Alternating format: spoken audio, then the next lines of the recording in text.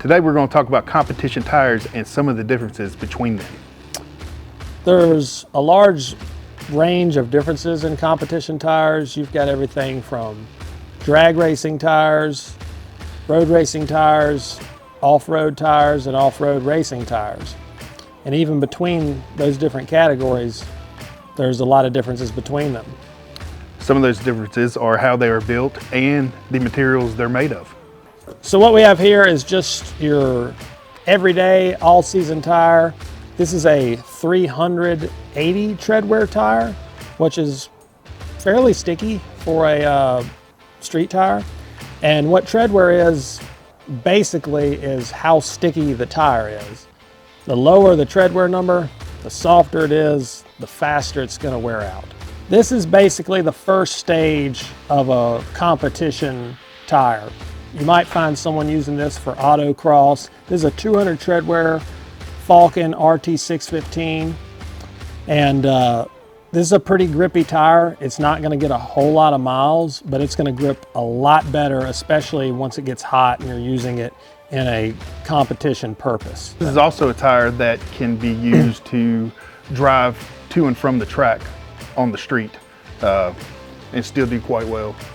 Yeah, this tire is not going to wear out just getting to and from the track. These are both 200 tread wear tires from Falken. You got the RT615 and the RT660. They're very similar. One of them is a bi-tread. It's got two different tread designs and kind of an inside and an outside. This is a V-tread, so it's directional. It's meant to go one way. One of them is going to do a little bit better on the track than the other. This tire is probably going to be a little more sticky. It's got a little more rubber on it, where this one has a little more sipage, which is probably going to take away some of the lateral grip. Now we're getting more into the legitimate track tires. Neither of these tires are tires you're going to want to drive to the track on. Here is the Toyo RR, and this is the Toyo Proxys RA1, which is actually a performance rain tire. So if you're someone who normally runs slicks, but you're competing in some sort of road course racing or autocross, this might be what you would run during the rain, because it's got sipes and grooves and will actually disperse water as it rolls. This tire, on the other hand, it has basically two lines, so it technically is a DOT tire if a form of class or racing requires that, but this is going to be pretty much maximum grip at a DOT approved level. This is also a 100 tread wear tire, so it's not allowed in all classes. Which means it's going to be stickier than the 200 tread wear Falkens. And as you can see, less lines, less sipes, more rubber, more grip. And what we have here is a 335 3018 Hoosier R7. This is a racing slick, but not for drag racing. This is only for road course racing. This is going to be much harder. If you put your fingernail in it, you can feel it. It's going to be much harder than a drag racing tire. It's not going to get sticky as quick. It's going to require a lot more than a burnout to get grippy, but you don't want it to be as soft as a drag racing tire because it would wear out too quickly. This tire right here goes on one of our customers' cars. He's got a road race Dodge Viper, and he primarily races at some southeast tracks like VIR, NCCAR, CMP, and these tires go probably 3 to 10 seconds faster per lap than the 100 tread wear tires. One other difference between this slick and a drag slick is the sidewall is extremely stiff on this tire. Even more stiff than some of the 100 and 200 tread wear tires that we showed before. Yeah, that's absolutely right. You can't have soft sidewalls in a road racing or autocross type driving style because it's just going to fold over or come off the bead. You need a strong, sticky tire. Here we have two competition drag tires from Mickey Thompson.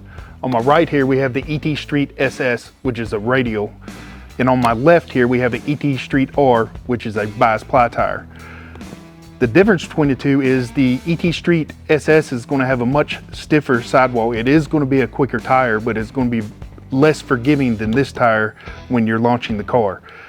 This tire, being a stiff wall bias ply, is going to give, and it's going to actually wrap up before the car actually takes off. So it's a little bit more forgiving. If you do start spinning with this tire, you can usually pedal once or twice and it will pick traction back up. Another thing is, an automatic car does a lot better with this radial tire with the stiffer sidewall because it doesn't hit the sidewall as hard as a stick shift or manual car. Whereas this tire would be better for a stick shift car because it does give a little bit. You're not going to brake as much. A stick shift car definitely hits the tire a lot harder than an automatic car. And understanding what tire to use in what scenario is important.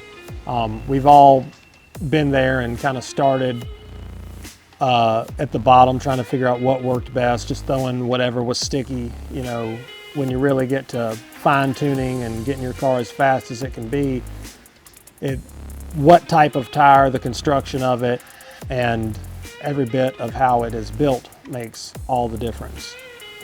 And for the grand finale, the big one. The front runner, the skinny. This is an ET Street front. This is a radial tire. Pretty much there's not much to explain about this one. It's a skinny tire. Skinny tire has less resistance. Less weight. Less weight.